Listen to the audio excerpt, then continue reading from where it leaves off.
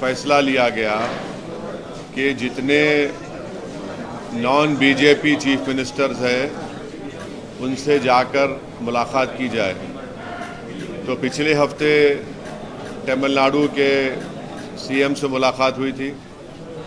कल जाकर all India Muslim personal law board के प्रेसिडेंट मौलाना खालिद सैफुल्लाह रहमानी साहब, तेलंगाना के चीफ मिनिस्टर जनाब रेवंत रेड्डी साहब से मुलाकात की है और हम लोग इन मुलाकातों में ये बता रहे हैं कि जो बीजेपी एनडीए की गवर्नमेंट ने जो वक्फ अमेंडमेंट बिल लेकर आया है वो उसके ख़तरात क्या है, उसके डेंजर्स क्या है और उस बिल में वक्फ को बचाने के बजाय वक्फ को बर्बाद करने का वो बिल है।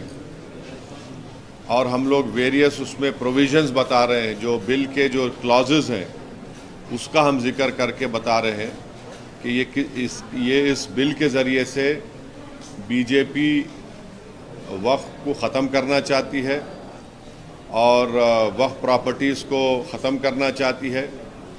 इससे मुसलमानों के फ्रीडम ऑफ रिलीजन में फ़र्क पड़ेगा। इससे आर्टिकल 25, 26, आर्टिकल 14 का वायलेशन होगा। तो ये पूरी कोशिशें की जा रही हैं पर्सनल लॉ बोर्ड की तरफ से और फ्यूचर में personal law board public meetings भी करेगा और उन तमाम अपोजिशन पार्टी के लीडर से भी मुलाकात करेगा जिन्होंने वक्फ बिल की अपोज किया है, जैसा कि YSR पार्टी भी है, उन्होंने भी पार्लियामेंट में उसको अपोज किया है। और आइंदा वक्फ बोर्ड की तरफ से all India personal law board की तरफ से भी जाकर आंध्र प्रदेश के चीफ मिनिस्टर चंद्रबाबू नायडू साहब से भी मुलाकात की जाएगी और बिहार में जो all India Muslim personal law board के जो ज़िम्मेदार लोग हैं वो वहाँ पर भी JDU के और हमारे चिराग पासवान साहब से भी वो लोग मुलाकात करके इस वक्फ बिल के बारे में बताएंगे। कल किस तरीके से रेवंत रेड्डी जी की प्रतिक्रिया जो है वो आप मिली, क्या उन्होंने कहा? तो सीएम रेवंत रेड्डी तो हमको बताए कि ऑलरेडी पार्लियामेंट में कांग्रेस के जो लीडर हैं, जो इंट्रोडक्शन ऑफ द बिल के वक़्त जो उन्होंने अपनी अपोजिशन का इजहार किया था वो जनाब KC वेणुगोपाल थे और उन्होंने उसका जिक्र किया और हमने कहा कि हाँ हमने सुना उस बात को, मगर हम उनको बताए क्लॉज बाय क्लॉज कैसे वो गलत रहेगा। तो फिर वो बताए कि उनके ही ऑर्डर पर यहाँ पर जो तेलंगाना में एक्स मिनिस्टर और कांग्रेस के जो सीनियर लीडर जनाब शब्बीर अली साहब हैं, उन्होंने भी एक कंसल्टेशन रखा था। तो उन्होंने बोले कि हम पूरा इसको और पढ़ेंगे और उनकी पार्टी की जो सेंट्रल लीडरशिप है उनसे भी बात करके ये तमाम आपके कंसर्न्स उन तक हम पहुँचाएँगे।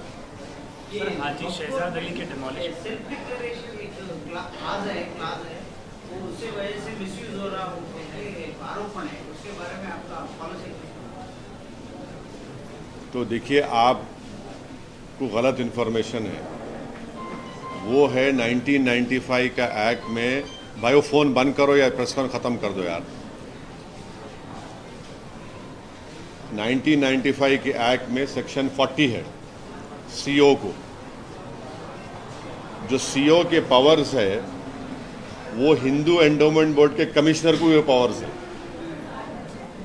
और कोई भी जाकर ऐसा नहीं बोल सकता कि वक्फ है। अगर खबरस्तान दिखा, अगर मस्जिद दिखी, दरगाह दिखी, तो वो तो गवर्नमेंट प्रॉपर्टी नहीं हो सकती ना प्राइवेट प्रॉपर्टी हो सकती। तो वो पावर CO को थे। हमारा डिमांड ये है नरेंद्र मोदी सरकार से कि सेक्शन 40 में लास्ट 10 इयर्स में इनको पावर में है ना, वो सेक्शन 40 का अगर एब्यूज हुआ है उसके आप हमको एग्जाम्पल्स दो, या फिर अगर कोई कोर्ट का फैसला है जो सेक्शन 40 के खिलाफ बोले, चाहे सुप्रीम कोर्ट का हो, हाई कोर्ट का हो या वक्फ ट्रिब्यूनल का हो, वो बताओ हमको। आपके ने कोई डेटा है क्या? बल्कि सुप्रीम कोर्ट का एक जजमेंट है जिसमें सुप्रीम कोर्ट ने कहा कि सेक्शन 40 का सही इस्तेमाल हुआ और आप आगे बढ़ो। वो जजमेंट याद नहीं आ रहा, मगर रीसेंट जजमेंट है सुप्रीम कोर्ट का। अच्छा, जैसे अभी हम बात कर रहे हैं तो वहीं पर दूसरी तरफ से आरोप ये भी लग रहा है कि वक्त की जो ज़मीन है उसका दूसरे तरीके से भी इस्तेमाल किया जा रहा है, मार्केट्स बनाए जा रहे हैं। क्या बनाए जा रहे हैं? मार्केट बनाया जा रहा है, उससे जो भी रेंट या जो भी पैसा आता है वो मुसलमानों तक या जो गरीब मुसलमान है वहाँ तक पहुँच ही नहीं रहा है, तो उसका दुरुपयोग भी किया जा रहा है, ये आरोप लग रहा है। नहीं, देखिए,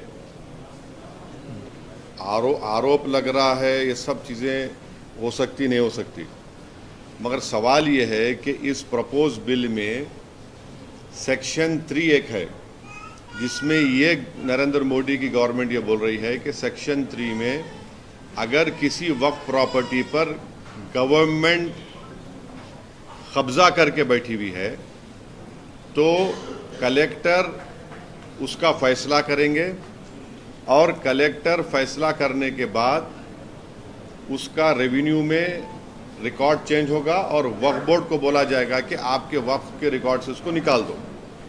तो सेक्शन 3(r)(c)(1) कुछ है।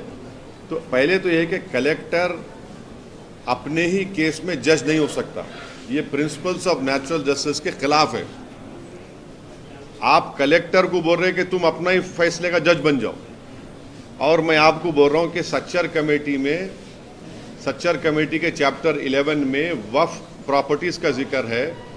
उस चैप्टर में आप 11.5 बॉक्स को पढ़ो जिसमें 6 स्टेट का जिक्र है जहां पर गवर्नमेंट वक्फ प्रॉपर्टीज के ऊपर कब्जा करके बैठी हुई है, जिसमें दिल्ली के 200 प्रॉपर्टीज पर कब्जा करके बैठे हुए हैं। तो अब ये सेक्शन अगर रहेगा तो इसकी वजह से कोई भी कलेक्टर ये बोल देगा कि गवर्नमेंट प्रॉपर्टी है, और कौन सा कलेक्टर गवर्नमेंट के खिलाफ फैसला देगा? बताओ आप, कौन सा कलेक्टर देगा? और तीसरी बात यह है कि सुप्रीम कोर्ट के कई जजमेंट्स है जहां पर सुप्रीम कोर्ट ने कहा कि कलेक्टर और रेवेन्यू किसी को टाइटल बेस्टो नहीं कर सकते। तो अब रेंट का आप बोल रहे ना, यकीनन रेंट बढ़ना चाहिए। तो सच्चर कमेटी में एक रिकमेंडेशन था कि पब्लिक प्रेमिसेस एविक्शन एक्ट वक्फ पे लागू करो, वक्फ बोर्ड पे। आप लागू नहीं कर रहे हैं, आप लागू कर दो ना भाई, उसको दे दो आप। और इसी आपके सवाल से रिलेटेड एक बात है कि जैसा हिंदू एंडोमेंट बोर्ड को समरी इविक्शन पावर्स है, कमिश्नर ऑफ एंडोमेंट को, असिस्टेंट कमिश्नर को, वो स्टेट वक्फ बोर्ड को नहीं है। आप समरी इविक्शन पावर्स दो हमारे को, ताकि एनक्रोचमेंट निकाल सकें, ताकि जो किराया नहीं दे सका उन पे एक्शन ले सकें, या कम किराया दे रहा है। अच्छा, अब किराया नहीं देने की आप बात कर रहे हैं। मेरी एक स्पीच है 2013 की पार्लियामेंट में, जब ये 2013 का बिल आया। आपको मालूम कलकत्ता में एक प्रॉपर्टी है जिसमें कॉन्स्टिट्यूशनल हेड रहे थे, उन्होंने महीने को किराया क्या देते घर का? 150 रुपये। प्राइवेट छोड़ो आप, उन्होंने कॉन्स्टिट्यूशनल हेड है, 150 रुपये किराया देते उन्होंने। अब 150 रुपये इतना बड़ा घर में रह रहे कलकत्ता में, 150 रुपये किराया कोई है क्या? बोलो आप, इसका जिम्मेदार कौन है? नहीं, एक ये भी आ रहा है कि मस्जिद हो या कब्रिस्तान हो, उनको भी तोड़कर जो है मार्केट या कमर्शियल पर्पस के लिए इस्तेमाल किया जा रहा है, और वो कमर्शियल नहीं, ये तो आप गलत बोल रहे हैं। ये तो सेक्शन 3 में government, Modi government Waqf by user को खत्म करना चाह रही है। अब वक्फ बाय यूजर का मतलब क्या है? जैसा हिंदू धर्म में बाय कस्टम एंड यूसेज आप उसको मंदिर घोषित करते, बाय कस्टम एंड यूसेज, वैसे ही मुसलमानों में वक्फ बाय यूजर उस वक्त जब मस्जिद में जाके मैं नमाज पढ़ रहा हूँ, वक्फ बाय यूजर हो गई। दरगाह में जाकर कोई जा रहा है, वो वक्फ बाय यूजर हो गया। किसी एक सूफी की खानखा है, वहां पर जिक्र की महफिल हो रही, वक्फ बाय यूजर हो गया। खबरस्तान है, वो वक्फ बाय यूजर है, वो एक्ट है, सेक्शन 95 में एक्ट है। Modi government Waqf by user को निकालना चाह रही है, क्यों निकालना चाह रहे भाई वक्फ बाय यूजर को आप? जब आप हिंदू धर्म में बाय कस्टम एंड यूसेज ये बोल रहे हैं कि it is a endowment property, वैसे ही आप इस्लाम में वक्फ बाय यूजर का मतलब यह कि मस्जिद मेरी है। आप वो इसलिए निकालना चाह रहे ताकि कल जितने यतीम खाने हैं, ऑर्फनेज है, कब्रस्तान है, मस्जिद है, दरगाह के तहत जो ज़मीनें हैं, उन सब को आप बोलेंगे वक्फ बाय यूजर नहीं है, ये वक्फ प्रॉपर्टी नहीं है, इसलिए हम उसका गवर्नमेंट प्रॉपर्टी बोल के कब्जा कर लेंगे। ये सेक्शन 3 का वक्फ बाय यूजर निकालने का तरीका एक ही है। ये पूरा मस्जिदों को छीन लो मुसलमानों से, दरगाहों को छीन लो, कब्रस्तान को छीन लो, और दरगाह खानखा के तहत जो ज़मीनात एग्रीकल्चर लैंड पूरों को छीन लो। ये असल मकसद है। और आपको एक और एग्जाम्पल दे रहा हूँ, 1965 में मथुरा में कृष्ण जन्मस्थान है।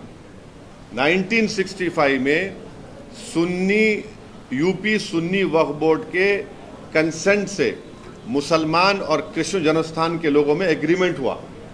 एग्रीमेंट ये हुआ कि जो मुसलमानों की वक्फ की प्रॉपर्टी थी उसको 8 एकड़ हम कृष्ण जन्मस्थान को देंगे सुन्नी वक्फ बोर्ड के परमिशन से। वो इशू कोर्ट में क्लोज हो गया। अब 2023 में फिर केस हो गया उसके ऊपर। तो अब वक्फ बाय यूजर आप निकाल लेंगे तो आप बोलेंगे नहीं ये भाई नहीं मुसलमानों का। समझे मेरी बात को आप? और गवर्नमेंट क्या बोल रही कि अब रजिस्टर करना है, अगर 2024 का एक्ट बनेगा उसको अब जितने प्रॉपर्टीज को जितने वक्फ है उसको रजिस्टर करना है। कैसा रजिस्टर करेंगे? बोल रहे कि आप डीड्स लेकर आओ। अब मक्का मस्जिद है, मक्का मस्जिद की डीड कहाँ है बताओ आप मेरे को? हैदराबाद में 400 साल पुरानी मक्का मस्जिद, उसकी डीड कहाँ रहेंगी बोलो आप? दरगाह यूसुफैन है, 400 साल की है, कहां से डीड लाएंगे बताओ आप? बाबा शरफुद्दीन की दरगाह है, वो तो 600 साल पुरानी है, कहां से डीड लाएंगे बताओ आप? चार मीनार के सामने एक मस्जिद है, अंदर नहीं, उसकी डीड कहां से लाएंगे? अब डीड लाने का आपके पास जवाब क्या है? अब डीड नहीं लाए तो बोलेंगे नहीं आपके लिए डीड नहीं है, रजिस्टर नहीं होंगी ये। अब रजिस्टर नहीं होंगी बोलते फिर गवर्नमेंट कब्जा कर लेंगे उसका। हिंदू धर्म में कस्टम एंड यूसेज की बुनियाद पर होता पूरा। और एक बात समझिए आप लोग, देश को भी समझने की जरूरत है, खास तौर से हमारे हिंदू धर्म के भाई बहनों को, कि वक्फ प्रॉपर्टी पब्लिक प्रॉपर्टी नहीं है, प्राइवेट प्रॉपर्टी है। गवर्नमेंट नहीं दी हमको ये हमारे मुसलमान वक्फ कर दिए, जैसा बोलते ना दान दिए, दान दे दिए उसको। वो प्राइवेट प्रॉपर्टी है, पब्लिक प्रॉपर्टी नहीं है वो। आप पब्लिक प्रॉपर्टी कैसे ट्रीट कर रहे हो उसको? प्राइवेट प्रॉपर्टी है वो। ठीक है, आप रेगुलेट करिए, मदद करिए। और ये जो गवर्नमेंट बोल रही ना, हिंदू एंडोमेंट बोर्ड को, हर हिंदू एंडोमेंट बोर्ड को ग्रांट मिलता, जैसे आंध्र प्रदेश में शायद 500 करोड़ रुपए दिए। यहां वक्फ बोर्ड को क्या ग्रांट दे रहे बताओ? पूरे इंडिया में 32 वक्फ बोर्ड्स है। कौन सी स्टेट गवर्नमेंट वक्फ बोर्ड को ग्रांट दी बताओ आप? एक पैसे का ग्रांट नहीं देते आप, ग्रांट ही नहीं है। और फिर ऊपर से क्या कर रहे हैं आपके जो उसमें क्या कर रहे हैं आप? सेंट्रल वक्फ बोर्ड सेक्शन 19 है और स्टेट वक्फ बोर्ड जो है वो सेक्शन 14 में आता, 95 एक्ट में। अब उसमें क्या बोल रहे हैं कि मैंडेटरी है सेंट्रल वक्फ बोर्ड में 2 हिंदूज को मेंबर बनाना, 2 हिंदूज को। अभी क्या है, अभी कोई भी हिंदू मेंबर नहीं बन सकता सिवाय सिटिंग मिनिस्टर के। आप हमको ये बताइए। और स्टेट वक्फ बोर्ड में आप तकरीबन सिर्फ चार मुसलमान रहेंगे। अब गवर्नमेंट का प्रपोजल क्या है कि स्टेट वक्फ बोर्ड में जो मेंबर्स बनते, एक मुतवल्ली कैटेगरी का इलेक्शन होता, एमएलए कैटेगरी का इलेक्शन होता, एमपी कैटेगरी का इलेक्शन होता और जुडिशरी का, बार काउंसिल का, ये 4 इलेक्शन होते। अब मोदी गवर्नमेंट क्या बोल रही? इलेक्शन नहीं, हम नॉमिनेट करेंगे। क्यों नॉमिनेट करेंगे भाई? आप इलेक्टोरल प्रोसेस के खिलाफ क्यों हैं? और फिर आप ये बोल रहे कि नॉन मुस्लिम को मेंबर बनाएंगे। मैं नरेंद्र मोदी को चैलेंज कर रहा हूं और आपके सामने अब जो बोल रहा हूं आप जरा इसको गहराई से सुनिए। उत्तर प्रदेश में काशी विश्वनाथ टेम्पल एक्ट है 1983, आप लिख लो ये। उसमें सेक्शन 3 है। सेक्शन 3 ये बोलता है कि no person unless he is a Hindu by religion be eligible for being or continuing as a member of the board or executive committee or chief executive or as an employee. यानी काशी विश्वनाथ का section 3 ये बोल रहा है कि वो जो हिंदू होगा बाय रिलीजन वही एलिजिबल होगा बोर्ड का मेंबर बनने के लिए, एग्जीक्यूटिव कमेटी का मेंबर बनने के लिए और सीईओ बनने के लिए और एम्प्लॉय होने के लिए। फिर आप वही काशी विश्वनाथ टेम्पल एक्ट 1983 में सेक्शन 6(3) देखो आप, जिसमें यह बोला गया है कि where a member of the board can not perform his duties as such by reason of the fact that is not a Hindu, the person available next below him in this behalf shall be a member of the board. यानी अगर कोई member अपनी duties को निभा नहीं सकता इसलिए कि हिंदू नहीं है तो किसी और को हिंदू को बनाया जाए। आप यहां पर क्या कर रहे हैं सेंट्रल वक्फ काउंसिल में और स्टेट वक्फ बोर्ड में? काशी विश्वनाथ बोर्ड का कोई हिंदू ही मेंबर बन सकता है, मुसलमान नहीं बन सकता। और याद रखिए हिंदू का डेफिनेशन आर्टिकल 25 में हिंदू, बौद्ध, सिख और जैन है। यहां पे क्या बोल रहे, सिर्फ हिंदू रहेगा, ना सिख होगा, ना बौद्ध होगा, ना आपका जैन होगा। फिर आप तमिलनाडु में आइए, लंबा तो नहीं हो रहा ना ये? हाँ, अगर लंबा हो रहा तो बोलो, रुक जाता हूं मैं। तमिलनाडु में Tamil Nadu Hindu religious and charitable endowments act 1959, उसका आप सेक्शन 10 पढ़ो आप। उसमें क्या लिखा हुआ है? The commissioner, additional commissioner, every joint deputy or assistant commissioner and every other officer or servant appointed to carry out the purpose of this act by whomsoever appointed shall be a person professing the Hindu religion and shall cease to hold office as such when he ceases to profess religion। यानी commissioner, Tamil Nadu में commissioner endowment board का, joint deputy और assistant commissioner, कोई भी officer और उनका employ जो इस एक्ट में अपॉइंट होगा उसको हिंदू रिलीजन का होना चाहिए, और अगर वो हिंदू रिलीजन का नहीं है तो ऑफिस में नहीं रहेगा। कौन सा सेक्शन है Tamil Nadu religious charitable endowment? Section 10। आप आंध्र प्रदेश में आ जाओ, आप आंध्र प्रदेश, तेलंगाना में भी एक्ट है वो। आंध्र प्रदेश वो एक्ट था 87 का, तेलंगाना में भी एक्ट है। Andhra Pradesh charitable Hindu religious institution endowment act 1987, वो सेक्शन 3(2) क्या बोलता है? Additional commissioner, additional commissioner, every regional joint commissioner, deputy commissioner, assistant commissioner appointed under subsection 1 exercising the powers and performing the functions aforesaid in respect of religious institution endowment shall be a person। shall, देखिए जब लफ्ज shall आता ना law में तो mandatory हो जाता। shall और में फर्क है। में माने दोनों भी हो सकते, shall में फर्क। ये shall वर्ड आया तो सिर्फ वही हिंदू माने वही मैंडेटरी हिंदू होना। shall be a person professing Hindu religion and shall cease to exercise his powers and function these functions when he ceases to profess the religion। यानी आपको हिंदू होना जरूरी है, अगर आप नहीं है तो मेंबर निकलते। अब कर्नाटका में आइए आप, Karnataka Hindu religious institution and charitable endowments 1997 section 7 पढ़ो आप। उसमें क्या हो रहा? Commissioner, deputy commissioner, assistant commissioner, every other officer और सर्वेंट यानी एम्प्लॉय भी, ऑफिसर भी, appointed to carry out the purpose of this act by whomsoever appointed shall be a person professing Hindu religion and shall cease to hold office as in such when he ceases to profess religion। ये वही है। फिर आप ओडिशा को जाइए, Odisha Hindu religious endowment act 1951, उसमें section 5 पढ़ो आप। उसमें वही लिखा हुआ है कि the state government may by notification appoint a person who professes the Hindu religion as a member of either judicial, administrative service, retired member thereof to be commissioner of endowments, and they may further appoint such number of deputy commissioner, assistant commissioner as they think fit।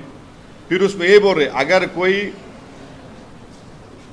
Hindu religion नहीं है उसका, उसको office seize कर देना। हमारा question ये है मैं आपको 5-6 स्टेट्स की मिसाल दिया। अब 95 के एक्ट में, जो अभी एक्ट है, इसमें क्या है, सेक्शन 9 जो वक्फ काउंसिल का है, ये पूरे के पूरे मुसलमान हैं 95 के एक्ट में। अब 2024 में गवर्नमेंट क्या बोल रही है कि 2 members under this section shall be non Muslim, माने 2 मेंबर कम से कम मस्ट है आपको नॉन मुस्लिम बनाना। ये वायलेट करता आर्टिकल 15, 25, 26, 29 कॉन्स्टिट्यूशन। डिस्क्रिमिनेशन है, ये कंप्लीट डिस्क्रिमिनेशन है। अब आप आ जाइए स्टेट वक्फ बोर्ड पे, 90 जो स्टेट वक्फ बोर्ड सेक्शन 14 है 1995, जिसमें पूरे मेंबर मुस्लिम हो सकते, पूरे मेंबर मुस्लिम होते। अभी इन्होंने क्या कर दिए, यहां पर क्या कर दिए, खाली 4 कर दिया आप स्टेट वक्फ बोर्ड में।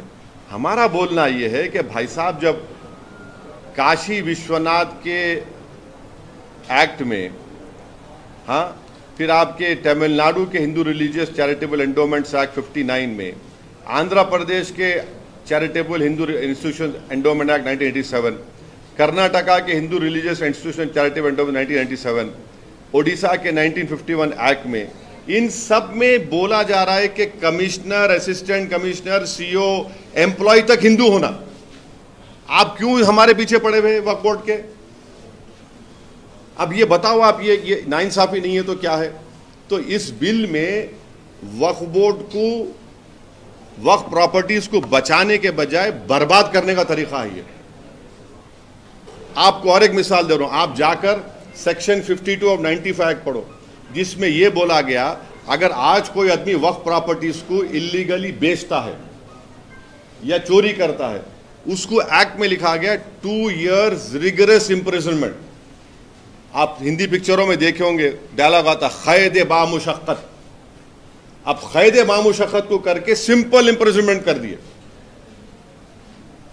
सिंपल इंप्रिजनमेंट कर दिए। कौन सा वक्फ का बचा रहे आप? फिर वो नॉन बेलेबल था, इसको बेलेबल कर दिया आप। ये कौन सा वक्फ प्रॉपर्टीज को बचा रहे? आप तो बर्बाद करना चाह रहे। अब पार्लियामेंट के सामने मस्जिद है, पार्लियामेंट के राइट सामने, जिसमें फखरुद्दीन अली अहमद की खबर है। अब कल कोई जाकर पूछे कि भाई इसका डीड बताओ, कहां की डीड निकलेंगी? डीड कहां निकलेंगी? डीड नहीं निकलेंगी। आप बोलेंगे वक्फ बाय यूजर नहीं है, गवर्नमेंट प्रॉपर्टी है। खबरस्तान को जाके बोलेंगे डीड निकालो। अब जितने खबरां हैं, वो हजरत ईसा अलैहिस्सलाम बोलते थे खुम बिइज़्निल्लाह, बोल तो मैं तो नहीं बोल, कोई नहीं कर सकता वो। अब वो खबरों में से कौन पुकार के बोलेंगे हाँ हमारे पास डीड है बोल? कौन बोलेगा? बोलो आप। यतीम खाने हैं, आप बोलेंगे दरगाहें हैं, कहां से ला के देंगे? तो ये सेक्शन 3 वक्फ बाय यूजर का असल मकसद क्या है कि मुसलमानों से उनकी मस्जिद, दरगाहें, कब्रस्तान, यतीम खानों को छीन लेना। तो ये एक्ट में वक्फ के प्रोटेक्शन का कोई चीज नहीं है। सब झूठ बोल रहे बीजेपी वाले, सिर्फ वक्फ को बर्बाद करना उसका मकसद है। मैं आपको जितने सेक्शंस बोला हूं ना, आप जाकर पढ़िए। अगर मैं एक भी झूठ बोल रहा हूं तो आके मेरे पकड़ लो आप मेरे को। तो ये आप क्या कर रहे हैं भाई? हां, आप हमारे को समरी एविक्शन पावर्स दो, पब्लिक प्रेमिसेस एक्ट में हमको डालो आप। और आपको मालूम, दिल्ली में 123 प्रॉपर्टीज को ना इंदिरा गांधी के जमाने में दिल्ली वक्फ बोर्ड को दे दिया गया था। 1984 में कोर्ट स्टेटस को का ऑर्डर दिया। हम 2024 में हैं, 30 साल हो गया, उस स्टे को विकेट नहीं करा सके। 84 से 2024 तक एक मामूली स्टे को विकेट नहीं करा सके आप बोलते मुसलमान ऐसा कर रहा, मुसलमान वो कर रहा। अरे सरकार तुम्हारी है ना बाबा, तुम्हारा प्रधानमंत्री है, तुम्हारा मंत्री है। मुसलमान का तो कोई ना प्रधानमंत्री है ना कुछ भी। हम तो खाली वोट डालने वाली मशीन है, एटीएम है। हम तो दूध देने वाली गाय है, हम भैंस हैं। हम 84 से एक स्टे विकेट नहीं कराए आप, और हमारे को बोल रहे आप। तो ये है इस एक्ट में, ये मोटा मोटा आपको समझाया मैं। तो इसलिए आज पूरे मुसलमानों में, इंडिया के मुसलमानों में गम है, गुस्सा है।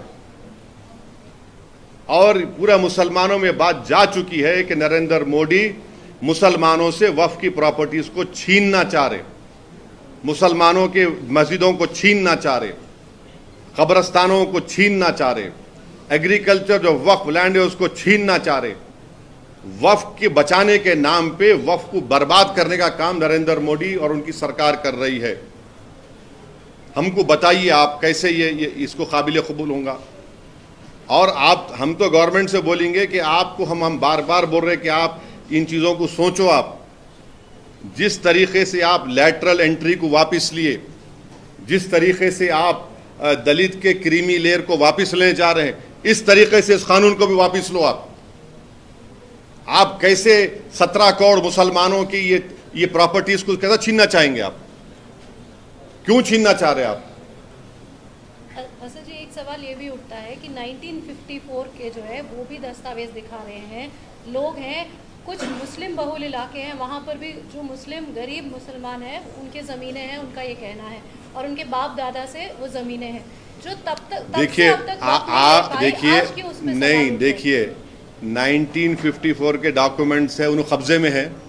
लेकिन नहीं, एक मेरे सवाल, उन्होंने कब्जे में है, कब्जे में है उन्होंने। नहीं, अरे बोलो ना, है ना कब्जे में, शर्माओ ना को आप। नहीं, मैं तो पूछ रही हूँ। नहीं पूछ रहे नहीं, सुनिए आप कब्जे में है नहीं है 54 से, है ना कब्जे में। मैं आप मेरी बात को सुनो। आप बोलो, सुनो मैं क्या बोल, है कब्जे में उन्होंने, है ना कब्जे में, है ना उन्होंने। जब कब्जे में है तो डर किस बात का? आपके डॉक्यूमेंट है ना, आप वक्फ ट्रिब्यूनल को जाइए, आप रिप्रेजेंटेशन दीजिए वक्फ बोर्ड को। वक्फ बोर्ड नहीं सुना, वक्फ ट्रिब्यूनल को जाइए, आपका पोजीशन तो है, आप बोलिए हमारा ये वक्फ नहीं है, आप बताइए उसको। कौन रोक रहा आपको?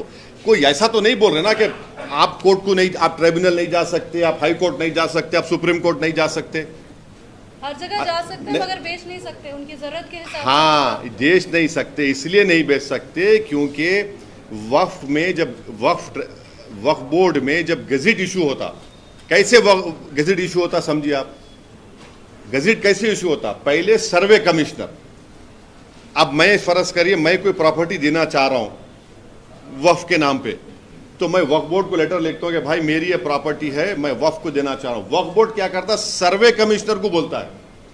सर्वे कमिश्नर गवर्नमेंट का अपॉइंटी है, मेरा अपॉइंटी नहीं है। सर्वे कमिश्नर बोलता ठीक है, ये असद साहब ये प्रॉपर्टी दिए है, इसका हम सर्वे करेंगे। सर्वे करके वो बोलते कि हाँ इनके डॉक्यूमेंट्स है, इनका ने टाइटल है, जो भी है, देख के उन्हें लेटर लिखते स्टेट गवर्नमेंट को कि ये प्रॉपर्टी वक्फ हो सकती, नंबर 1। उसके बाद स्टेट गवर्नमेंट एक गज़ेट इशू करती और वो गज़ेट के खिलाफ 1 साल तक मुसलमानों को राइट है कि आप उसका गज़ेट को अपोज करें कि नहीं भाई असद साहब की प्रॉपर्टी वक्फ नहीं हो सकती, हमारा शेयर है उसमें। 1 ईयर के बाद आप अपोज नहीं कर सकते। नॉन मुस्लिम के लिए कोई टाइम लिमिट नहीं है, कोई टाइम लिमिट नहीं है, आप करिए ना। कौन रोक रहा है आपको? कौन सा जुडिशियल रिव्यू रोक रहे? अच्छा, अब जो ट्राइब्यूनल है, अभी ट्राइब्यूनल जो है उसमें एक डिस्ट्रिक्ट जज है appointed by the chief justice of that state, एक है इस person who has knowledge of Islamic theology, दूसरा एक एमिनेंट पर्सन है। ये तीनों मिलकर फैसला करते। अब गवर्नमेंट क्या कर रही है ये बिल में कि ट्राइब्यूनल अगर नहीं बनाए कोई स्टेट में तो दूसरा ट्राइब्यूनल वो केस को डील कर सकता है। यानी अगर वक्फ ट्राइब्यूनल कोई स्टेट गवर्नमेंट नहीं बनाई तो हिंदू एंडोमेंट बोर्ड का ट्राइब्यूनल डिसाइड कर लेंगे वक्फ के मैटर को, ये एक्ट में लिखा हुआ है। और अगर ट्राइब्यूनल बनाए तो उसमें रिटायर्ड डिस्ट्रिक्ट जज और एक रिटायर्ड गवर्नमेंट एम्प्लॉय। भाई जब आप एक गवर्नमेंट एम्प्लॉय को निकाल दिए, कई को ला रहे हैं आप उसमें, क्यों ला रहे हैं उसमें आप? अच्छा, अगर 2 मेंबर में एक ही मेंबर बनाए तो एक मेंबर ही डील करेंगे उसको। और ये बीजेपी जो प्रोपेगेंडा कर रही है कि वक्फ ट्राइब्यूनल के खिलाफ कोर्ट को नहीं जा सकते, झूठ बोल रहे हैं लोग। वक्फ ट्राइब्यूनल के डिसीजन के खिलाफ अगर मेरे खिलाफ आ गया तो मैं हाई कोर्ट में रिवीजन पिटीशन डालता हूं। कोई there is no stoppage for anyone going to high court to file a revision petition. अच्छा, अब ये प्रोपेगेंडा आप लोग चलाए थे अपने टीवी चैनलों पे, अखबारात में कि सूरत की म्युनिसिपल बॉडी को वक्फ, गुजरात वक्फ बोर्ड वक्फ डिक्लेयर कर दिया। आपको मालूम उसके बाद क्या हुआ? उसके बाद क्या हुआ कि गुजरात का वक्फ ट्राइब्यूनल ये बोला कि ये वक्फ प्रॉपर्टी नहीं है, गुजरात का वक्फ बोर्ड वाला वक्फ ट्राइब्यूनल, वक्फ प्रॉपर्टी नहीं है। अब वो वक्फ बोर्ड हाई कोर्ट में जाएगा कि हमारी वक्फ प्रॉपर्टी है ये। कैसे आप बोलिए कि ये कौन हर चीज जो गवर्नमेंट लेकर आ रही है ना, वो वक्फ बोर्ड के फेवर में नहीं है, वो वक्फ प्रॉपर्टीज को बचाने के फेवर में नहीं है, वो वक्फ प्रॉपर्टीज को अच्छा करने के, उनकी इनकम बढ़ाने के लिए नहीं है, बल्कि मुसलमानों से पूरा वक्फ को खत्म करने का काम नरेंद्र मोदी की सरकार कर रही है। ये उनका पोजीशन है। मैं एक एक चीज आपको सच्चाई से बयान किया हूं पूरा यहां पर। अब आप बोल रहे हैं कि 54 से लिमिटेशन एक्ट अप्लाई नहीं होता वक्फ प्रॉपर्टीज पर। क्यों नहीं होता? क्योंकि हिंदू एंडोमेंट बोर्ड को समरी एविक्शन पावर्स है, मेरे को नहीं है। तो मेरे को तो लिमिटेशन अगर पीरियड कोई 12 साल से, अब नरेंद्र मोदी गवर्नमेंट क्या बोल रही है कि हम लिमिटेशन पीरियड उड़ा दिए, तो अब जितने लोग एंक्रोचर्स है वो मालिक बन जाएंगे, मालिक बन जाएंगे वो। ऐसा कैसा होगा भाई? आप क्या सलाह देने वाले हैं और कैसा हो कि ताकि वक्फ के ऊपर खासकर जिस तरीके से आप एंक्रोचमेंट्स की बात कर रहे हैं, या फिर जिस तरीके से हम देख रहे हैं कि वक्फ बोर्ड के मेंबर्स, आरोप ये भी लग रहे हैं कि उन्होंने ये दस्तावेज भी इधर के उधर किए हैं, ये पुरानी बात नहीं। देखिए कैसे हो? नहीं, यकीनन वक्फ प्रॉपर्टीज में बाज नहीं बल्कि बहुत से एंक्रोच मुसलमान भी है, मैं मानता हूं उस बात को, मैं इनकार नहीं कर रहा हूं। मगर आप जो है एक गलती को सही करने के लिए उस चीज को बर्बाद तो नहीं कर सकते ना आप।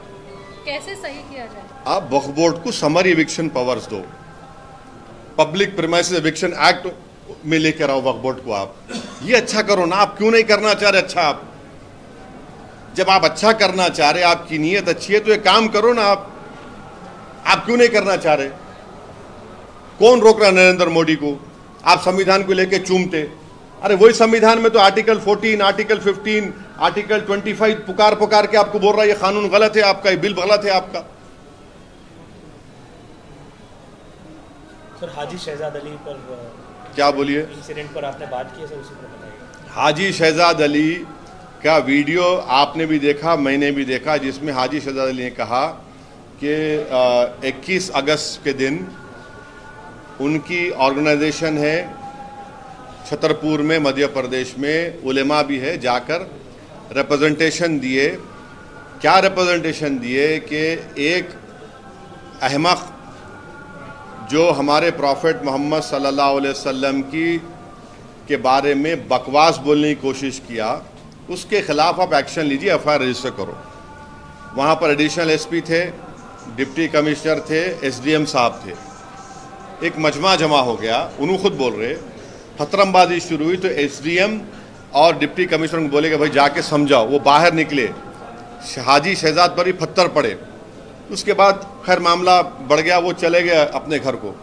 तो आप जो है हाजी शहजाद अली के 20,000 स्क्वायर फुट के घर को बुलडोजर लाकर आप डेमोलिश कर दिए विदाउट फॉलोइंग ड्यू प्रोसेस।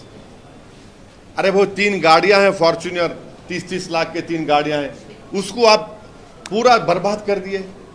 ये कितना हेट्रेड है बीजेपी मध्य प्रदेश की गवर्नमेंट में मुसलमानों के बारे में।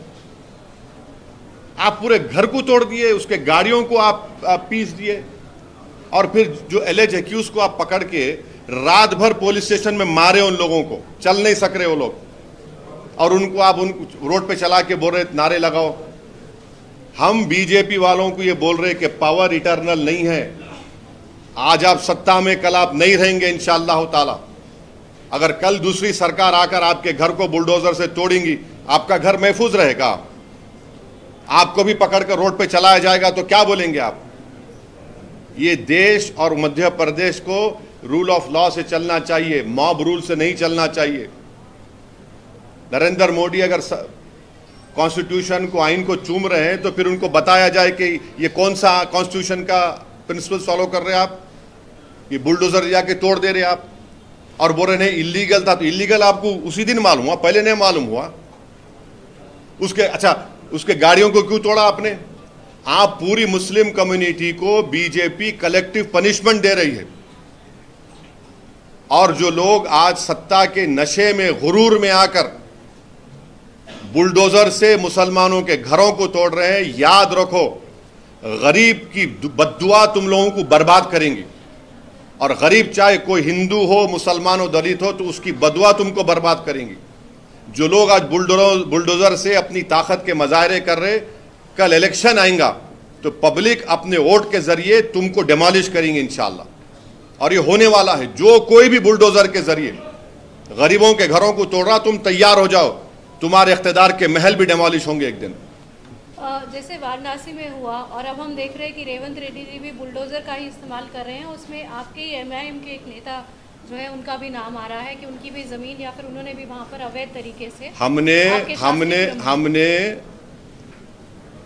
हमारे कॉरपोरेटर्स ने मेयर साहिबा से कमिश्नर के पास जाकर वो जो हाइड्रा बनाया गया है उसको हमने बताया है कि वो उसका कोई लेजिस्लेटिव लीगल बैकिंग नहीं है, उसको वो पब्लिक डोमेन में है।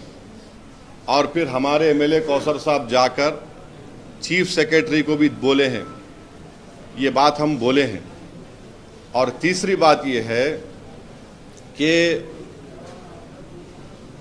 GHMC का जो ऑफिस है, अभी GHMC का ऑफिस है ना, तो हम लोग जो है हमारे स्कूल में जब हम लोग बस में जाते थे, हैदराबाद पब्लिक स्कूल को बस में जाते थे, मेरे को अच्छी तरह याद है हमारी जो बस होती थी वापसी में ऐसा आती थी, या फिर कभी कभी मैं पब्लिक स्कूल को जाता था बस पकड़ के, एक बस नंबर 7 होती थी, अभी भी होंगी, डबल डक्कर में बैठ के जाता था मैं, ऊपर बैठने का बड़ा शौक था मेरे को।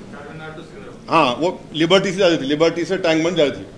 वहां पर जहां पर GHMC का ऑफिस है वहां पर एक वाटरफॉल था, मैं ही देखा सो हूं। नेकलेस रोड FTL पर है, तोड़ो उसको आप।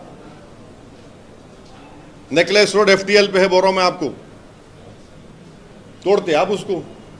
तोड़ना चाहिए ना भाई, कौन रोक रहा आपको? FTL है, CCMB का, गवर्नमेंट ऑफ इंडिया का ऑफिस है हिमायत सागर के पास, बना लिया आप, गवर्नमेंट ऑफ इंडिया का है। तो ये हमारा ऑब्जेक्शन इस बात पर है, ये हमारा ऑब्जेक्शन इस बात पर है। और फिर जहां पर निज़ाम के ज़माने में जब उन्होंने हुकूमत थी उनकी, तो उन्होंने एक, उसको क्या बोलते, टोन बोलते, क्या बोलते हो, पत्थर को, हाँ नहीं, वो स्टोन्स लगाते थे कि ये FTL है, स्टोन्स लगाते थे, अभी भी है वो, देख लो आप जाके। ये है हमारा, हम तो चीफ सेक्रेटरी मैडम को भी बोले, मेयर साहिबा को भी बोले, अब वो गवर्नमेंट देखना उसको। आपको लग रहा है कि FTL में जितनी भी हैं उनको तोड़ा जाना चाहिए? आपने देखिए, आपके सवाल का जवाब इतना ही दे रहा हूं मैं, जो मैं भी दे चुका। और कुछ पूछना है? सर, ये रुकनबिंदौला लेक जो है ना, 18th सेंचुरी लेक, उसमें सारे स्ट्रक्चर्स अभी FTL के अंदर है। मैं आपको रिक्वेस्ट, सुनिए,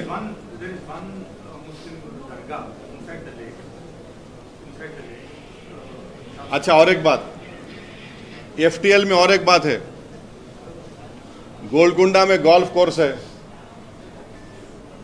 FTL में है। अब कितने लोग गोल्फ खेलते हैं, मैं तो जिंदगी में मेरे को मालूम ही नहीं गोल्फ क्या होता, FTL में है। आप देख लो, वो जाके देखो आप, गोल्फ कोर्स FTL में है। अच्छा, कितने IAS IPS ऑफिसर जाके खेलते, टिक टिक टिक टिक, वहां पे 3-3 घंटे खेलते IAS IPS अफसर वहां पे, वही गोल्फ कोर्स में। फोटो निकाल के डालता हूं मैं, अब कौन से IAS IPS और खेलते गोल्फ कोर्स वहां पे, 4-4 घंटे खेलते गोल्फ का। खेलने गए तो 3 घंटे खेलना पड़ता, एक होल क्या क्या रहता, वो लंबा होता। भाई क्या हो रहा है फिर? ये वो दरगाह क्या बोल रहे आप? हाँ उसमें एक स्ट्रक्चर है, दरगाह हाँ,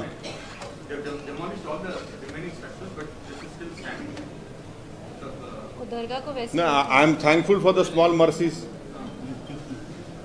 I am thankful for the small mercies, what can I से। लेकिन जरूरत है, आपको लग रहा है क्या?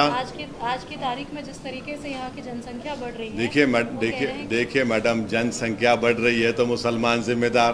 अरे छोड़िए ना, अरे छोड़िए ना, ये क्या की जरूरत है? अब देखिए, हमारा जो पार्टी का स्टैंड है, हम मेयर साहिबा को, चीफ सेक्रेटरी मैडम को हम दे चुके हैं। अब उनको डिसाइड करना है। अब गवर्नमेंट जो फैसला ले रही है वो गवर्नमेंट ले रही है। हम तो यही बोलेंगे कि हम जो दिए आप रिप्रेजेंटेशन का एग्जामिन कर लो आप।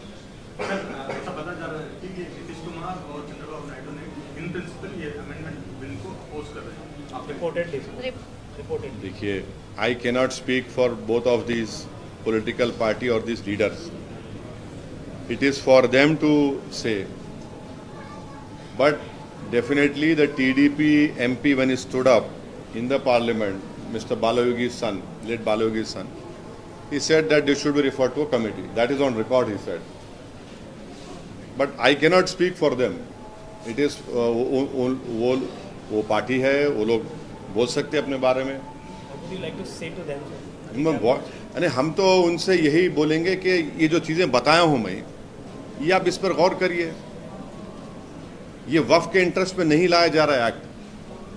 ये वक्फ प्रॉपर्टीज को बचाने के लिए एक्ट नहीं लाया जा रहा है। ये जो आरोप लग रहा है कि वक्फ की प्रॉपर्टी या फिर वक्फ से जो मेंबर्स हैं या फिर जो जिम्मेदार लोग हैं, वही लोग जो है मस्जिद और बाकी जो भी कब्रिस्तान जैसी जगहों को बर्बाद करके या उनको गिरा कर जो है उसके ऊपर मार्केट प्लेस बना रहे हैं। मेरा सवाल ये था, क्या ये सच में ऐसा हो रहा है? आप इसको मानते हैं? नहीं, कहाँ हो रहा है हमको बताइए ना। मैं आपको एक मिसाल दे रहा हूँ। अब इसमें से बात चैनल नहीं चलाएंगे इसको। एक यतीम खाना था बंबई में। यतीम खाने को 20 करोड़ रुपए में बादशाह सलामत खरीद लिए। बादशाह सलामत यतीम खाने को खरीद के आलीशान पैलेस बना लिए। वो केस सुप्रीम कोर्ट में चल रहा। अब उसका जिम्मेदार कौन है? हम हैं। औरंगाबाद जालना रोड है, वहां जाके देखो आप कौन कब्जा करके बैठा हुआ है, कौन सी पॉलिटिकल पार्टी का आदमी बैठा हुआ है वहां पे। आप देख लो, आप कौन है? वो देख लो आप जाके। दिल्ली में 2 5 स्टार होटल है। किसकी जमीन पे 5 स्टार होटल बनी हुई है भाई साहब? ये मामू की दुकान पे नाना की फातिया कौन कर रहे? देख लो आप, देख लो आप। ये सब चीजें हैं ना। आप वक्फ प्रॉपर्टीज को अगर नरेंद्र मोदी बचाना चाह रहे तो आप हमारे को समरी एविक्शन पावर्स दो। आप पब्लिक प्रेमिस एविक्शन एक्ट में लेकर आओ। ये वक्फ बाय यूजर कैसा आप निकालेंगे? ये आप ओरल मुतवल्लीशिप को निकाल रहे। आप जो एक्ट लेकर आ रहे वो वक्फ उसको बर्बाद करेगा। प्राइम मिनिस्टर को इस पर सोचना चाहिए। ये प्राइम मिनिस्टर क्या लेगेसी छोड़ के जा रहे अपनी? क्या ये करना चाह रहे? वक्फ बोर्ड को बर्बाद करके जाना चाह रहे क्या आप एनक्रोचर्स को रिवॉर्ड करना चाह रहे बजाय उनको निकालने के? और उस एक्ट में जो 24 एक्ट में एक चीज है, आप लोग पढ़ो, मेरे को सेक्शन याद नहीं आ रहा, जिसमें इंदिरा गांधी इमरजेंसी में एक वर्ड इस्तेमाल करी थी कि उन्होंने जब इमरजेंसी डिक्लेयर करे थे इलेक्शन हारने के बाद, उसमें उन्होंने बोले थे कि no court should try this, no court should hear this. वही वर्ड, 3 वर्ड को इस्तेमाल करे इस एक्ट में। अब क्या इमरजेंसी लाना चाह रहे आप जाके पढ़ो, सेक्शन नंबर याद नहीं आ रहा मेरे को, वो हुआ है।